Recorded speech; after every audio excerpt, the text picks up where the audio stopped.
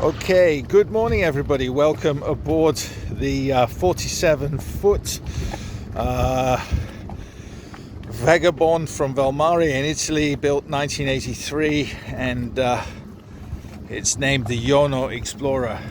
At the back here is a very nice solar array of 4 panels, 100 per panel, and just a quick look down the back there, we can see the dinghy with the 10 horsepower engine. And here at the back is a very nice swimming platform on which there is a ladder which attaches to swimming. It's swinging around onto the boat itself, and we have a very nice, what do we call it here, a grill for grilling fish on the ocean, and a lovely seating area, bags of room here at the back of the boat on the back platform. Here on this rear mizzen mast, here is a brand new sail which was purchased only about a year ago, but barely used while the boat was in dock. And stepping forward here, I just want to take a look so that you can have a close look at a few elements of the standing rigging here and there, because it's interesting to see that the standing rigging all in very, very good condition. But worth noting at this moment in time, that the base plate for the mizzen mast was recently replaced, and this is brand new. Another thing worth noting is that the dinghy has recently been serviced just a couple of months ago before a long trip, which I did. Coming around this way, nice coach roof here, which was installed or built a couple of years ago. In great condition, and it keeps the sun and the spray off. Going forward on the vessel, is set up as an adventure vessel, and what do I mean by that? I'm gonna make this film and try not to fall off at the same time.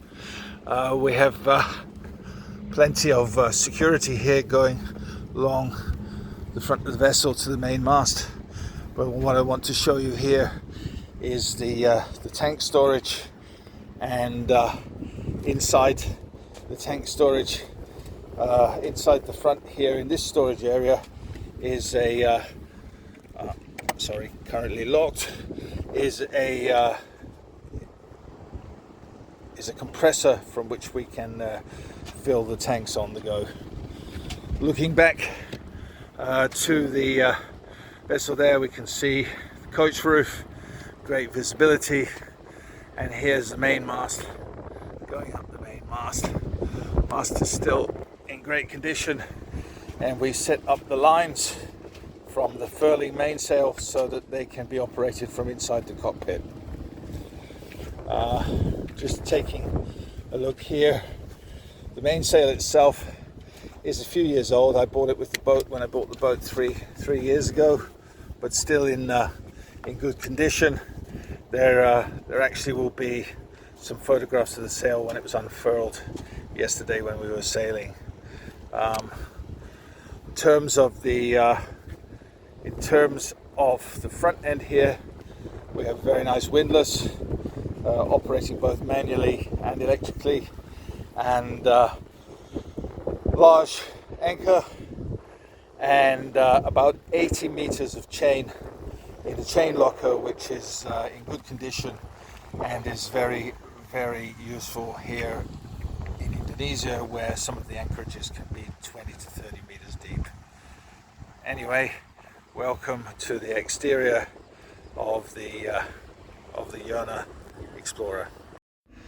So here on the deck we have the coach roof, which keeps things both out of the wind and sea and out of the sun as required. It was added last year.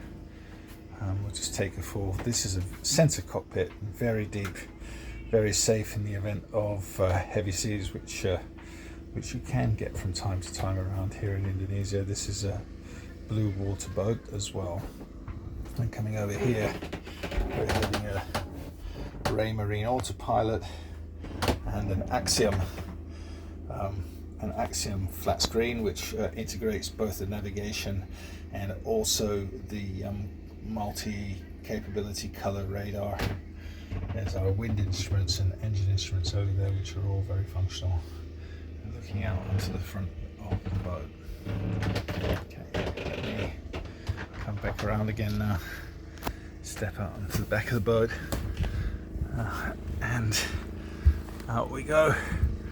And what can we see here? We're under here, coming to the back. This is our relatively new solar panel affair. And there is the dinghy which winches up onto the back here, complete with a 9.8 horsepower engine. This sail is new. It's the mizzen sail, and then looking out forward on the vessel, it's in mast, the mainsail, and it's furling for the jib, and everything coming back here into the cockpit.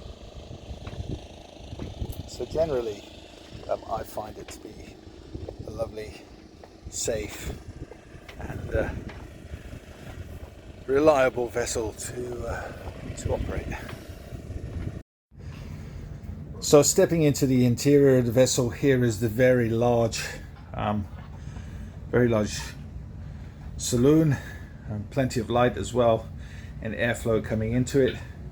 Captain's station over there. You will remember I referred to this as Adventure Yacht, and it's well equipped for long distance travel.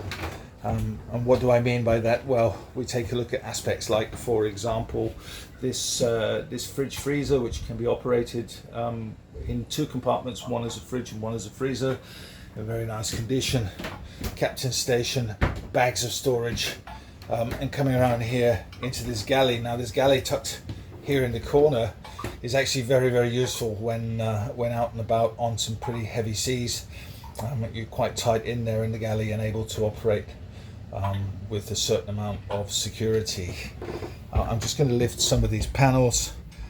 Under here we can see two lithium batteries, and over here we see the battery chargers and controllers, one from the MPTT 100 charges the lithium batteries from the solar array, and this charger here charges the lithium batteries from the engine, from a very souped up high capacity alternator on the engine when the engine is running underway.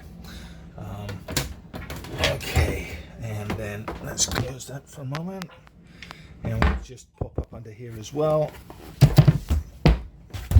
coming down just to show you that another two lithium batteries all well plumbed in, and so you can see the capacity is enormous, and well capable of operating all the devices which are on the boat on a long-term basis without coming back to shore. I'm just popping over here. We'll open up this, and in here again we can see the Victron Multiplus compact, both inverter and charger as well. It operates charging from the genset, which is in the engine room. I'm popping up here, we'll see the controls here. Well, this Victron energy panel here allows us to monitor what's going on as far as charging and battery content is concerned. We're only on solar at the moment. We can see the batteries are running at infinity. I guess that's advantage of living in the tropics. This is a control panel, the control panel for the air conditioning unit. Air conditioning unit needs to be run when the genset is on, but it runs into two rooms. One is here in the main salon, and the other is in the owner's cabin. This here is the unit that pumps out conditioned air into the main saloon. Coming up here, we have the control panel for the Yono genset, which is back located in the main engine room. Okay, so that is us here. Let's step now here into the captain's bunk, currently being used for all sorts of storage. and this is one bunk that can be used by a crew member, qualified captain, complete with the table here, and sort of away from the main salon. Loads of storage here underneath, and buried underneath this lot here is the actual air conditioning unit with its through holes. Stepping here, we're going to step into a walk-in engine room, which is unusual on any cruising vessel, but we can see the water heater over there if it ever becomes necessary to need hot water in the tropics. And there is 108 horsepower marine diesel, and there is our Coelho genset, and the engine batteries, which we can see there, together with the controller for the engine battery.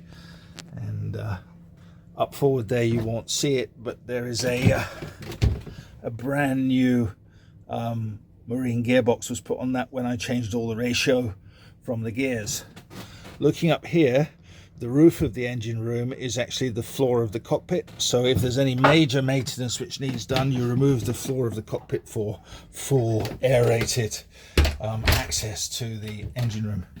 Okay, stepping back into the owner's cabin, back here, beautiful, large, one double, one single, and like massive amounts of storage underneath this bed, in all these areas underneath these beds and drawers, and also down underneath the floors and over this side. I mean, the storage is absolutely immense in here, which is very useful again for the long journeys.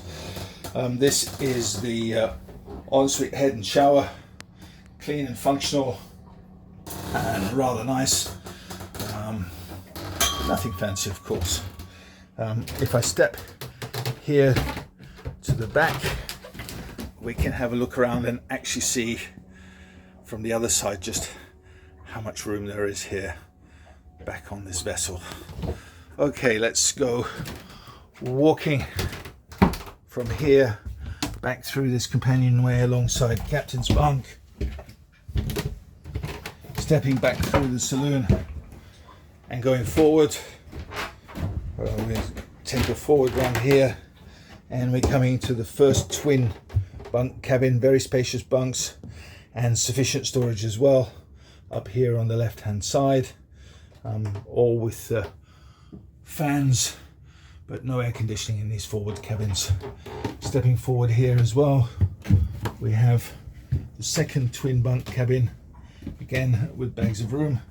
I currently let my crewmen use this cabin, but this forward forepeak cabin can be equipped. So we're just chugging along the coast here, just on the coast of the main island of Labuan Bajo, going down to the ranger station.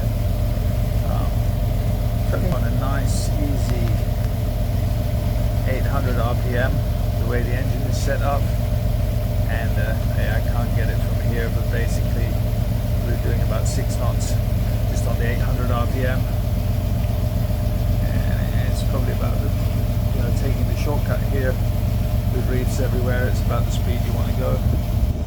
So very nice.